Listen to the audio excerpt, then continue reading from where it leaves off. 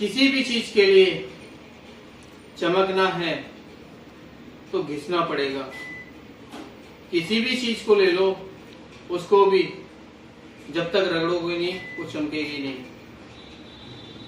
तो जब चमकती हुई चीज सभी को अच्छी लगती है, चमकता हुआ सितारा भी सभी को दूर से दिख जाता है। तो तुमको भी भाई चमकना है तो घिसना पड़ेगा और रगड़ना पड़ेगा। आपने अलादीन का चिराग सुना होगा। अलादीन के चिराग में क्या है, जब तक अलादीन के चिराग को ऐसे नहीं रगड़ते उसमें से जिन नहीं प्रकट होता। जब चिराग को रगड़ा जाता है तब उसमें से जिन प्रकट होता है, तब वो तुम्हारी इच्छा पूर्ति करता है।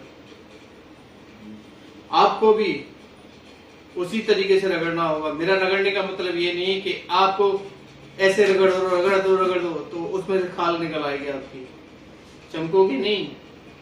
चमकने का मतलब है आप जिस फील्ड में है उस फील्ड में मेहनत करनी पड़ेगी आपको। अगर आपने देखा होगा, आप जानते भी होंगे, मार्बल पत्थर जो लगता है घरों में, पहले जब शुरुआत में उसको पत्थर को लेके आते हैं तो एक रफ टाइप का होता है, बेकार टाइप का होता है। जब उसको घर में लगाया जाता है, घर में लगाने के बाद में उसमें कैसा लगता है आपको? सही लगता है? नहीं। उसके बाद में उस पर घिसाई होती है। जब घिसाई हो जाती है, घिसाई होने के बाद जब पत्थर निकल के आता है तो उसमें एक चमक अलग ही होती है। तो उसी प्रकार से आपको भी घिसना पड़ेगा। आइए मैं एक कहानी के माध्यम से लेके चलता हूं आपको। एक मूर्तिकार था। मूर्तिकार एक जंगल से निकल रहा था। तो आप भी जानते हैं, जिस आदमी को जिस फील्ड की नॉलेज होती है उसको वही चीजें नजर आती हैं। सुनार को, जैसे कि सुनार को अपने सोने की पहचान होती है कि ये सोना है, उसी प्रकार एक चोर को अपनी चोरी का सामान दिख जाता है निकलते हुए, थोड़ा सा वो निकलेगा तुरंत उसे पता चल जाएगा कि यहां से क्या क्या मेरे को सामान चुराना है। एक लोहार को अपने लोहे की चीजें देखने के बाद में पता चल जाएगा कि मेरे को इसमें से क्या क्या आइटम बनाना है और कैसे कैसे आइटम बनेंगे। ठीक उसी प्रकार से एक मूर्तिकार जंगल से जा रहा था। तो मूर्तिकार ने क्या देखा, एक बहुत ही सुंदर पत्थर उसको रास्ते में दिखाई देता है।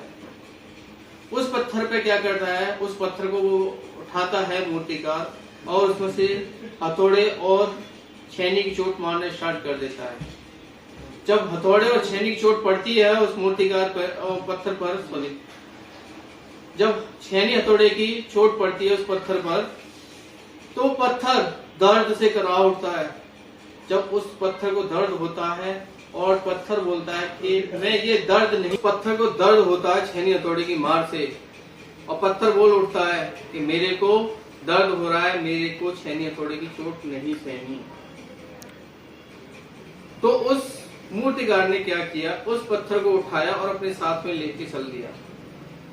कुछ दूरी पे चलने के बाद में क्या होता है, उसे जो पहले पत्थर मिला था उससे थोड़ा सा बदसूरत जो पत्थर मिलता है, दूसरा पत्थर उसको मिलता है, वो पहले वाले पत्थर की अपेक्षा कम सुंदर होता है। लेकिन फिर भी वो सोचता है कि इसमें से मैं मूर्ति बना सकता हूँ। तब उसने उसमें से मूर्ति बनाना शुरू किया। जब उसने मूर्ति बनाना शुरू किया तो उसमें से उस पत्थर को भी दर्द हो रहा था, जो दूसरा पत्थर उसे मिला था। तो उस पत्थर को जब दर्द हो रहा था तो लेकिन उसने वो दर्द सहन किया। लास्ट में जाकर के उसमें से एक मूर्ति बनी जो एक मंदिर में स्थापित की गई। जब मूर्ति को एक भगवान के दर्जे की जगह पर स्थापित कर दिया गया और जो पहला पत्थर था उसको ऐसी जगह स्थापित किया गया जहां उस पर ओनली सिर्फ नारियल फोड़े जा सके। तो जब मूर्ति की पूजा होने लगी और उस पर माला पहनाई जाने लगी और उस पत्थर पर नारियल तोड़े जाने लगे, जब नारियल तोड़े जाने लगे, एक दिन गुस्सा होकर के जो पहला पत्थर था जिस पर नारियल तोड़े जाने लगे, पहला पत्थर भगवान से पूछता, हे भगवान, मैंने ऐसे कौन सा पाप किया है या मैंने ऐसी कौन सी गलती की है जो वो मेरे से कम सुंदर था पत्थर, उसको तो माला पहनवा रहे हो। और मैं जबकि उससे सुंदर था, मेरे पर नारियल तोड़े जाते हैं प्रतिदिन, क्यों? तब भगवान ने जवाब दिया, हे वत्स, जब तेरे पर छेनी हथौड़े की मार जब मूर्तिकार ने डाली थी, जब तेरे को छेनी हथौड़े की मार दर्द सहन नहीं हुआ, तब तूने क्या बोला था मूर्तिकार से? तूने बोला था कि मेरे को दर्द हो रहा है, मैं ये दर्द सहन नहीं कर सकता। ठीक उसी प्रकार उसने, जो दूसरा तेरे से कम खूबसूरत था पत्थर, उसने छेनी हथौड़े की पूरी तरीके से मार सही।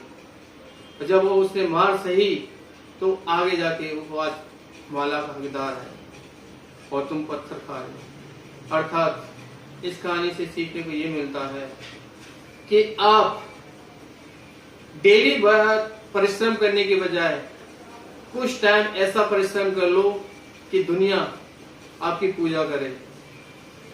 पल पल मरने से बेहतर है एक बार मरना, क्योंकि उस पहले वाले पत्थर ने क्या किया, थोड़ा सा दर्द नहीं सहन हुआ उससे।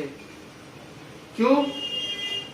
क्योंकि उसे दर्द हो रहा था, और दूसरे वाले पत्थर ने दर्द सहा और आज उसकी पूजा हो रही है।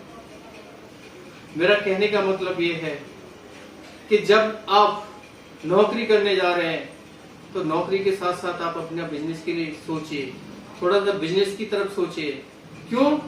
क्योंकि उसमें से आप पैसा बचाएंगे और थोड़ा सा टाइम निकाल के उसमें मेहनत ज्यादा करेंगे, तो आपको यहाँ घिसने का टाइम मतलब ये है कि आपको एक्स्ट्रा टाइम उस किसके लिए देना होगा, अपने बिजनेस के लिए देना होगा। मैं ये नहीं कह रहा आप नौकरी छोड़ के तुरंत बिजनेस पे आ जाए, नहीं, क्योंकि आपका परिवार भी चल रहा है आपके माध्यम से। जब आपका परिवार आपके माध्यम से चल रहा है तो आगे दिक्कत भी होगी। धीमे धीमे करके आपका जब बिजनेस स्टेबल हो जाए तब आप नौकरी छोड़ सकते हैं। इसको कहते हैं घिसना। इस तरीके से आप घिस सकते हो और अपने आप को चमका सकते हो। धन्यवाद। मेरी वीडियो अच्छी लगी हो तो लाइक करें, सब्सक्राइब करें, बेल आइकन को दबाएं।